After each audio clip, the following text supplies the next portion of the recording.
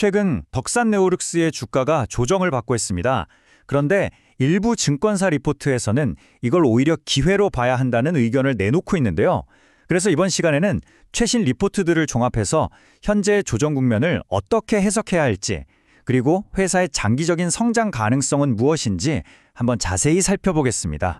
오늘 살펴볼 순서는요. 먼저 최근 실적을 통해 현재 상황을 진단하고 4분기 단기 전망을 알아보겠습니다. 그 다음으로는 이 회사의 미래를 이끌어갈 핵심 성장 동력과 함께 반드시 짚고 넘어가야 할 리스크 요인들을 분석하고요.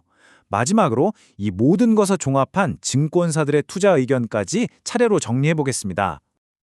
자, 그럼 첫 번째 순서, 최근 실적 분석입니다. 특히 3분기 실적을 자세히 들여다보면 겉으로 보이는 숫자와 실제 내용 사이에는 약간의 차이가 있었습니다. 3분기 매출액은 983억 원으로 시장 기대치를 소폭 넘어섰습니다. 이거 긍정적이었죠. 하지만 문제는 영업이익이었습니다. 175억 원을 기록하면서 시장의 기대치였던 192억 원에는 미치지 못하는 결과를 보였습니다. 영업이익이 왜 기대에 못 미쳤냐 하면요. 몇 가지 이유가 복합적으로 작용했습니다. 가장 핵심적인 원인으로는 북미 주요 고객사양 제품의 출하가 지연됐다는 점, 그리고 중국 시장의 전반적인 수요 부진이 가장 큰 영향을 미쳤습니다. 3분기 실적은 다소 아쉬웠는데 그럼 4분기 전망은 어떨까요? 여기서는 분위기가 완전히 달라집니다. 증권사들은 아주 강력한 실적 반등을 예상하고 있습니다.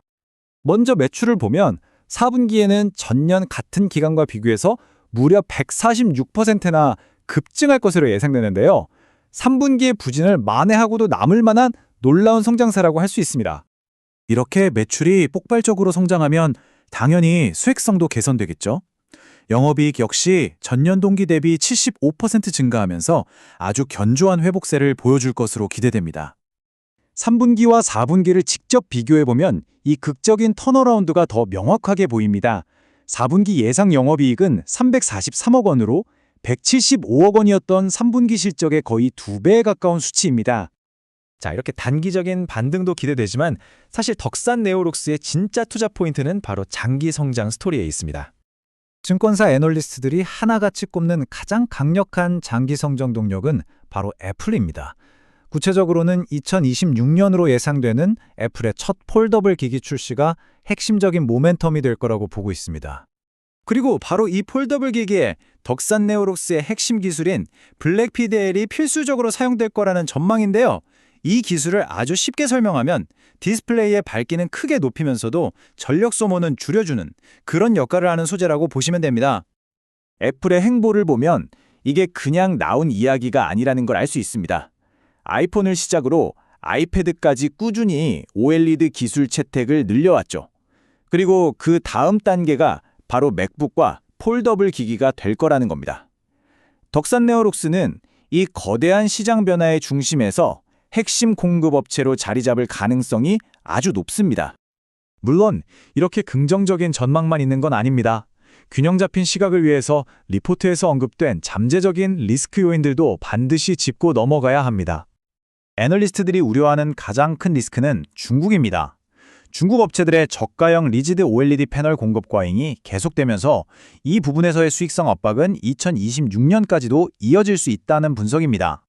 자, 그렇다면 이 모든 긍정적, 부정적 요인들을 종합해서 증권사들은 어떤 결론을 내렸을까요? 한번 요약된 의견을 살펴보겠습니다. 보시는 것처럼 증권사별로 목표 주가에는 조금씩 차이가 있습니다. 하지만 여기서 중요한 점은 분석 대상인 세 곳 모두가 매수 의견을 유지하고 있다는 겁니다. 장기 성장성에 대해서는 이견이 없다는 뜻이죠. 현재 주가 수준은 장기 성장의 핵심이 될 2020년 예상 실적을 기준으로 했을 때 주가 수익 비율, 즉 PE가 11.3배 수준입니다. 애널리스트들은 이 정도면 회사의 장기 성장 잠재력을 고려했을 때 여전히 매력적인 저평가된 구간이라고 판단하고 있습니다. 결국 핵심은 이겁니다. 단기적으로는 시장의 도전 과제가 분명히 있지만 기술력을 바탕으로 한 중대한 장기 성장 기회 또한 존재한다는 거죠. 이 기업이 과연 단기적인 조정을 극복하고 이 장기 성장 스토리를 현실로 만들어낼 수 있을 것인가? 이 질문에 대한 각자의 답을 찾는 것이 중요해 보입니다.